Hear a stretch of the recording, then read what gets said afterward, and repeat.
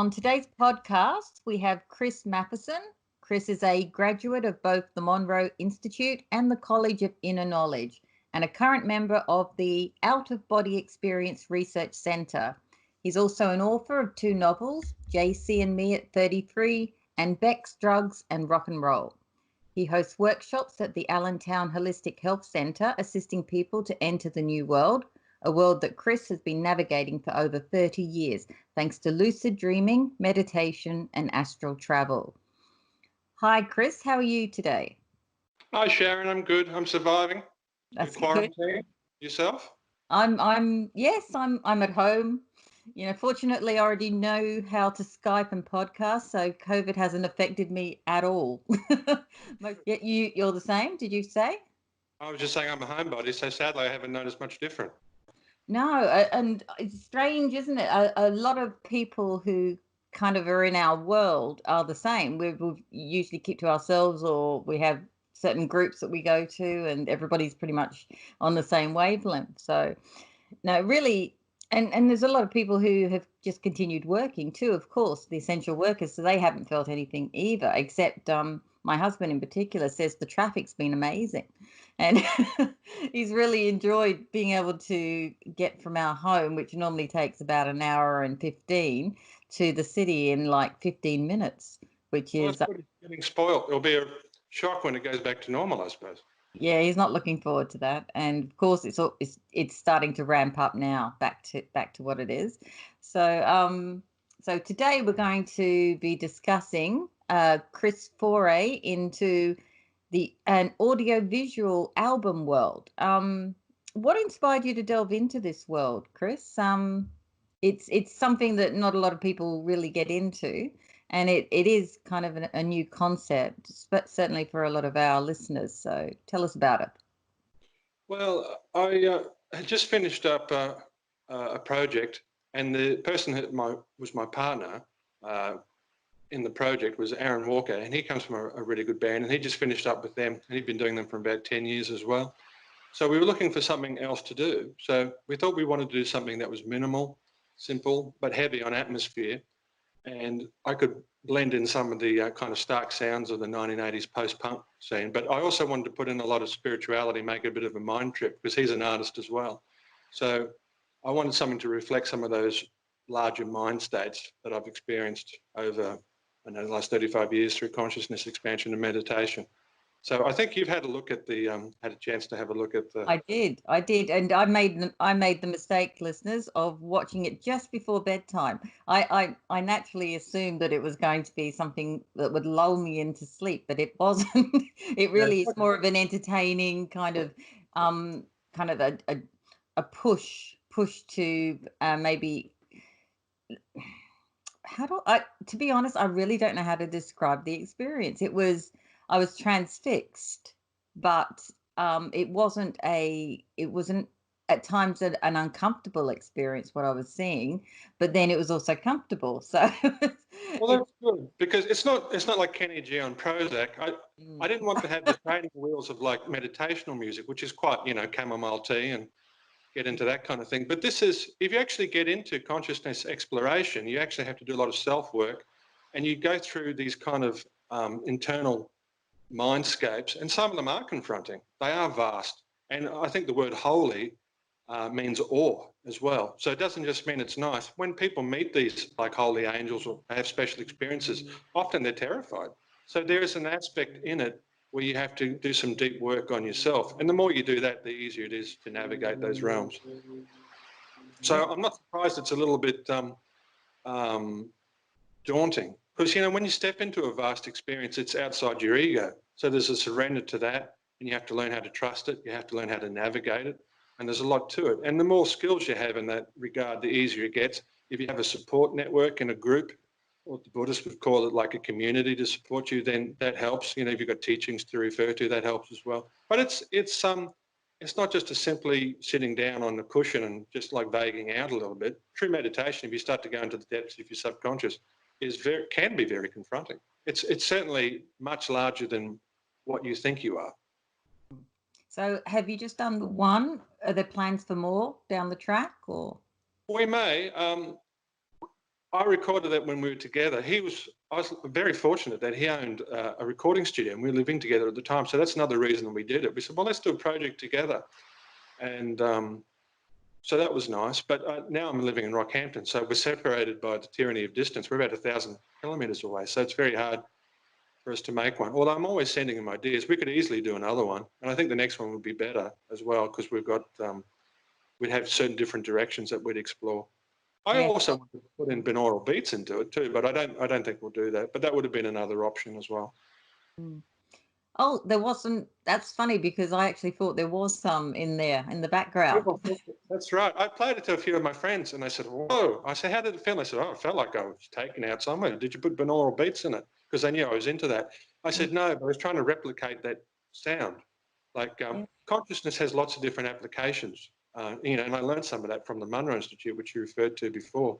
And you can actually dial up certain different states. You can go into healing states, creative states, meet beings, go into weird archetypal states, go into like DMT realms. You can do all those kind of things once you know how. And some of those states are confronting.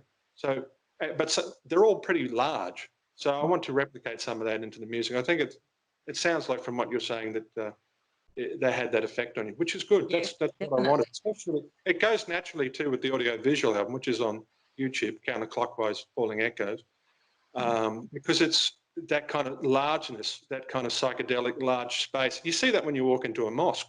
It's got a kind of an alien aspect to it, but it's also very vast.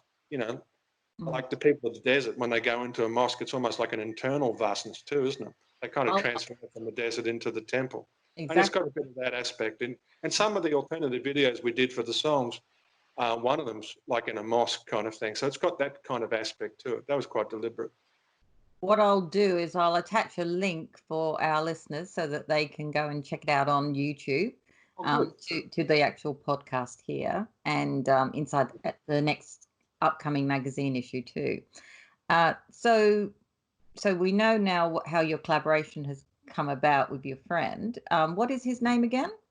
His name's Aaron Walker. He's a good artist and he does the recording here in the Back Cave Studios, which has since closed down, but he was doing a lot of artists there and he was doing the production and he was the singer and the lyricist. So it was good. We got together working on another friend's project, which apparently I was told was maybe being the world's first music video for a book launch, Stone Wind Sky, which is like a steampunk novel. So we did that. I got out the 6-foot harp and we did a totally different style of music for that. But we met on that and that was like the seed of our friendship because it was so much fun to be working together. No, it sounds like a great collaboration and hopefully more going. So your band name is Falling Echoes. Where does that come from? Well, we like that because echo is like a Greek goddess. So we like the idea of like getting these echoes from another place. If you ever go out to a place and do the cooey, you get that echo back. It's kind of haunting because it's like it's got a life of its own. So there's a bit of that aspect in it because the music's a little bit gothic too. And again, it suggests that sense of space. But also falling echoes, it kind of refers to maybe the slight tragedy that our society has lost that ability to tap into that other level. So we've got remnants of it, like in our churches and different institutions, but it's kind of dying, it's falling off. So this is trying to reinvigorate that a little bit, hopefully. And I think we're going through a spiritual revolution now anyway, especially with the internet and the spread of information. So this is just adding a little bit of a domino effect into what's already happening. Would you agree? It's certainly definitely. I mean, I've always believed that there's something greater, like controlling us. So, Cris, tell us about the instruments and the software tools you use to put the audio-visual album together. Well, it was a bit like putting together duct tape in some ways. We used some of the old kind of equipment, but it's amazing what you can do if you've got good ideas. I know the Beatles did Sgt. Pepper's on 3 or 4 tracks. So. And people haven't really beaten them, even though they've got like 100 channels. But we did have some nice stuff too. We had a Steinberg program, which is a music software program from about 2004. And we had a Yamaha QY10 sequencer for the drums and a Roland EP. I think that's named after you, Sharon. Roland EP 7 keyboard and a Roland MT120 digital sequencer and sound module. But the thing is, I think I had an old Squier Stratocaster. I played through a 25-watt Fender amp and a Hoffman bass. I played through the PV amp because I did all the instruments. Also, I think the cheapest thing we had though was a Casio CT 700 keyboard, which we bought for $100 from the Yeah. shop. So it's amazing what you can get. I mean, I got that idea because I was watching Midnight Oil live once, and he had a $5,000 keyboard, but he also had like a $50 Casio keyboard on the top of it. And he was doing solos on that in the middle of short memory. And I thought, wow. So if you've got imagination, you can get away with stuff. So it was a mix of those things. Also, my beloved blue Ashton acoustic guitar. So we put all that together, and I think it worked pretty well. It's got an interesting sound, I think. And sometimes I see like Lenny Kravitz, he gets a certain sound by going back and deliberately using tube amps and valve amps and using an analog sound instead of a digital sound. So we mixed a bit of that in too. It gives it a bit of a rawer sound. It's not quite so synthesized, and it sounds a little bit different to what's on the radio at the moment. So I think that captures people's attention of what is. It does. And I know exactly how that a Stratocaster sounds because I bought one for my daughter. It was quite funny. I was at this. I don't usually do Melbourne Cup because I'm anti horse racing. But one year the school, I had to do my mother's duty. So I got sucked into organising the silent auction thing for the school for that day. And so me being a little odd, I went to a variety of different stores and asked them all if they would contribute an item. And one of them was a music store at Indooroopilly. And he supplied this amazing blue Stratocaster guitar, which was, I think it was worth like $1,500. And I was like, wow, this is just amazing. So, and the type of auction I'd organise is people just could put bids on them, you know. So, and anyway, so at the very end, I went round and no one had bid on this particular item. And I thought, oh, that's a shame. And I had a teenage daughter at the time who was learning the guitar, and she wanted to be a bit cooler. So I thought, oh, look, I'll just, and at the time I didn't know how much it was worth. I didn't understand the worth of things. So I just thought, oh, it's a guitar, so I'll just throw $150 on that. So I put it on, and no one else, of course, was interested. And I got this guitar, and I brought it home and showed my daughter, and she was like, oh my God, you've got me this amazing guitar. It was just, I was absolutely, I think when I bought the the amp to go with it, the amp was actually more than the guitar what I paid for the guitar. So tell us about your upcoming book that you're currently working on, Singularity Hilarity, and particularly the first chapter. Okay. Well, as you know, I've done 2 already, and I've got a kind of a comedy and a spiritual bent. I like mixing those 2 things together. The next one is more of a straightforward novel and a comedy of errors, I suppose. And the first chapter is Womb with a View. So stay tuned for that one. Yeah. And so a little bit of, so not as irreverent as Jesus and Me at 33, but funnier. No, that was, I deliberately wrote JC and Me at 33. That was part kind of like comedy, but half of it was very deliberately written as a spiritual quest kind of ride. So, and not, some of those are quite boring or very serious. So I want to mix in like 35 years of spiritual experience for that one with a bit of a reverence. But my first book before that was Beck's Drugs, Rock and Roll, and that was totally irrelevant. There wasn't really a spiritual thing in there. So this third one will be a bit more like that, but as a novel. Yeah. Oh, that sounds great. Please send me a copy when you have one, or when or your link to wherever you're going to post it. So are you still lucid dreaming and astral traveling after all these years? And has anything have you had any epiphanies on the whole concept, or do you have a process, or is it something that you can share with everybody? Oh, of course, yeah. Well, I've done it for 35 years, so I've done lots of different approaches in that time. You know, I've used hemisync, binaural beats, and I was in a meditational college for 7 years, and I studied Kabbalah extensively. So a lot of different things, and then I got into like Taoist energy exercises, like the microcosmic orbit, and then astral traveling, and then I discovered phasing, which is kind of like lucid dreaming. But once you've learned to astral travel, you realize a lot of these things are on a continuum, and astral traveling is quite hard to get into. It takes a lot of energy work, whereas lucid dreaming and phasing, it's a lot easier to get into once you know how to do it. And there's a free book by Michael Raduga called The Phase, which is fantastic. If you follow that, you'll be able to get into it. It's not hard. So that's, I've been doing that, and that's been evolving over 35 years. I think you get to the point where you kind of come full circle. You're not needing to try and do certain things to try, and you don't need the training wheel so much. You kind of go a bit multidimensional, and it's quite easy. Like people talk about the DMT trip. That's just one example. I can kind of do those things just naturally because it's just a natural part of you. What a DMT trip does is it forces you chemically into a space that I think we already exist in, but by being brought up in a culture and having our mind trained in a certain way, we have a lot of filters, so we naturally shut it off. And that's probably not a bad thing.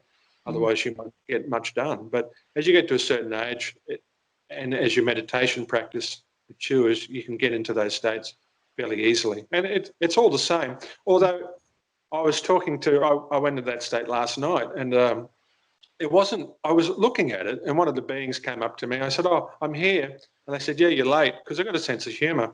And then I said to them, "Well, I can't quite see you too well." And they said, "Yeah, you're in the cheap seats." So they came and grabbed me and they put me, and suddenly, oh, bang, there's, and they become, there's a real being there, But they're not quite human. They're consciousness, but they kind of telepath with you, and you go through different mind states. And it's good if you have a Buddhist background because you know that they're real, but they're also only relatively real. Because I think some of those consciousnesses come from a taxonomy, which is far beyond our understanding, but they will use certain metaphors and content from your mind and your subconscious to pull you slowly out. I suppose it's a bit like the way I play with my cat. I think those beings are way smarter, and also tapped into like what appears to be a matrix of other beings. So it's a bit like a cosmic chat room. Well, I wasn't quite prepared for my first kind of trip out. That was a bit of a shock to me. I wasn't even trying to do it. It just kind of happened one night. And I think people don't realize what an actual tactile experience it is, what a 3D experience it is for a person to actually, when they go out there. I didn't. I literally thought that I would just be, basically floating around and like looking, and that was about it, maybe hearing. But I was completely blown away by the touching. Yeah. It was actually quite a different type of not the experience I was expecting. And a lot of people talk about how they meet a monster or something. I didn't. I just went straight into this other zone, which Well, you can. It's a thought responsive environment. So that's why it's good to know how to meditate, because you can manifest your fears, and you can also, if you have like a negative energy or something in your subconscious that needs to be processed, you can see that. So it's a bit like therapy and interact with it. But if you know how to navigate it, you'll be fine. Yeah. No, you're right though. I mean, I have talked to lots of people, and like I know people who've done Vipassana, and I'll say, "What do you get from that?" And they go, "Oh, I just kind of feel a bit peaceful." And they sit on a mat. It's a bit like the Hunger Games. They've got to sit there for a day and try and stop their thoughts. But when I teach people like that who think, "Oh, I've been meditating for years," I teach them like how to phase or to get into these other spaces. They're totally blown away because it's actually a different place. But consciousness is interesting. You can just go into like a Zen state, or you can go back to the white light and become like that witness consciousness where you dissolve and you no longer exist. That's another state. But there's lots of different levels and experiences to be had between your normal waking three-dimensional ego consciousness and the pure light white experience. And they're very valid and very real. And there's like a hierarchy of them too. There's different places you can go to. But it's very, very tactile. You're no longer here when you go to those other places. So I'm interested in what you did to get into it. Were you meditating? Gosh, I just interviewed a gentleman who does this professionally in Paddington, and I've forgotten his name. It was a few years back now, and I'd done a 3 Monday nights in a row through that series, and I think this was probably the following Monday night. I hadn't actually gone to a session. But I suppose I was in that area. I'd done a lot of research into what it was all about. So I didn't know anything about astral travel at that point, or lucid dreaming.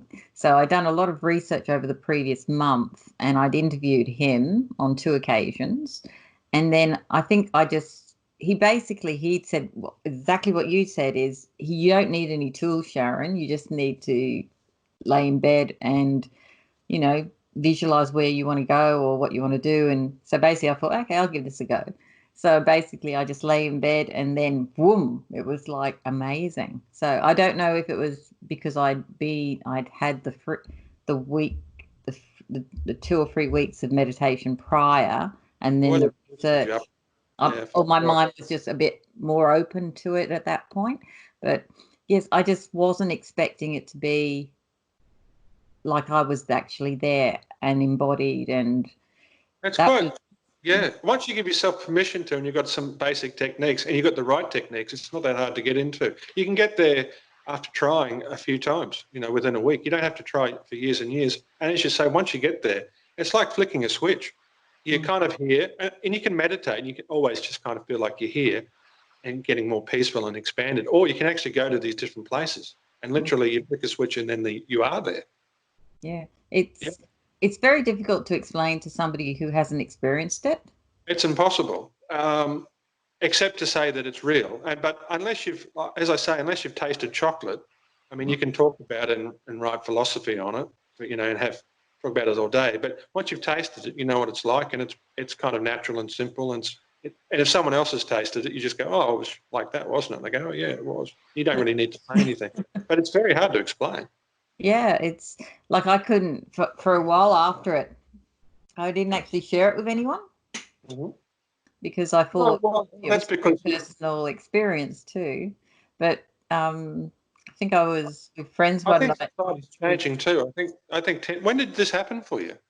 Oh, probably. I think I interviewed him about 2 years ago. 2 years, yeah, Okay. about 2 years ago. Maybe if it happened to you like 20 years ago, it was a bit underground, and there wasn't much information about it, so people wouldn't come out. You wouldn't share those things. But I think things are changing now. There's a spiritual, spread of information going out through the internet. So it's not so weird now. It's easy to find people who've had the experience, a lot easier than it was in the past, And I think it's good for it to be shared, because we're social creatures, and unless you validate it with someone else, then it can remain a bit dreamlike. You need to kind of have it confirmed. But you can also go a step further. I've worked with groups and objectively proved these states, actually got information on different things and proven it, things that we couldn't know, like the lotto numbers and stuff, and won the lotto out of it.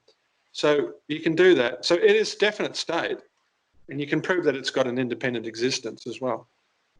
Yeah, mine had more of a sexual overtone. So it was one of those, I know, that you couldn't really, it wasn't like conversation. That's the funny thing is that God is sexy. Why do you think all those gurus get into trouble? Oh, right. There's something out there. So I basically felt like I hadn't been kissed so much in my life. It was ridiculous, and really good kissing. And I think that's why one of my missions is, that's why I don't mind talking about spirituality, even though, like, as you say, it can be kind of personal, is that I think the more the mindset changes at a grassroots level, the more our institutions will naturally change. Instead of us trying to think, oh, we've got to fix the problem from the ground, and, politicians, we've done that. We've done the democratic experiment and all the political experiments of the 20th century. But I think what we haven't done is, I think, as a society, connect up and have most people having an understanding that they're connected to the universe. Once they have that, then it'll be fine. It'd be good if we could get all our politicians, give them DMT too, because I think after one trip, they would start making different laws, because they'd be more empathic. They realise that everybody's connected. So they wouldn't be driven by money so much. They'd have a lot more of a welfare focus and all that kind. That would be nice, but I can't see that happening. I think that's coming. I don't think that's pie in the sky. I think we are going through a spiritual revolution, and I think it's a natural extension of the 60s. 60s, the seeds were laid